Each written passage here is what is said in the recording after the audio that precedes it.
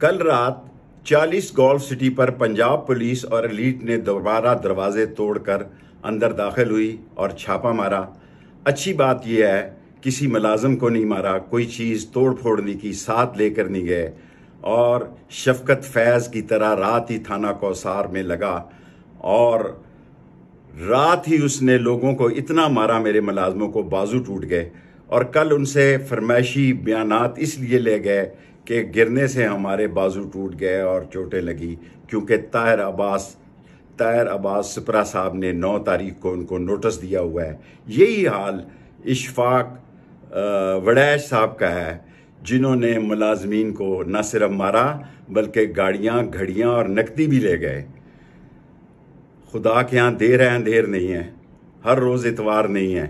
میں supreme court تک اگر یہ سمجھتے ہیں کہ یہ ویڈیو شیڈیو اور کیمرے لے گئے ہیں، گھبرائیں نہیں، سارا ریکارڈ موجود ہے۔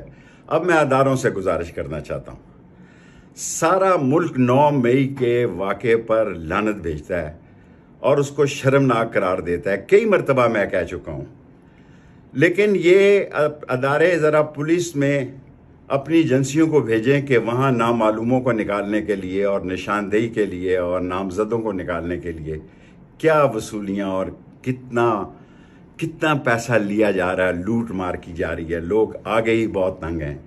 یہ ہماری فوج ہے، یہ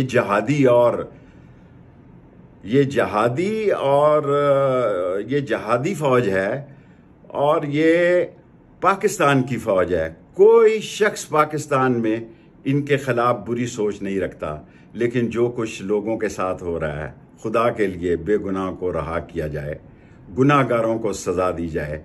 1 مہینہ ہو گیا ہے، لوگوں کے گھروں میں صف ماتم بچھی ہوئی ہے اور پاکستان میں آ گئی غربت ہے، مہنگائی ہے، بے روزگاری ہے۔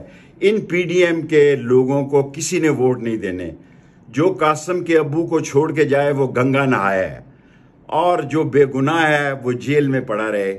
یہ کوئی انصاف نہیں ہے۔ مہربانی کی جائے، گناہ گاروں کو سزا دی جائے اور بے گناہوں کو رہا کیا جائے۔ میں آپ کا بہت مشکور ہوں گا۔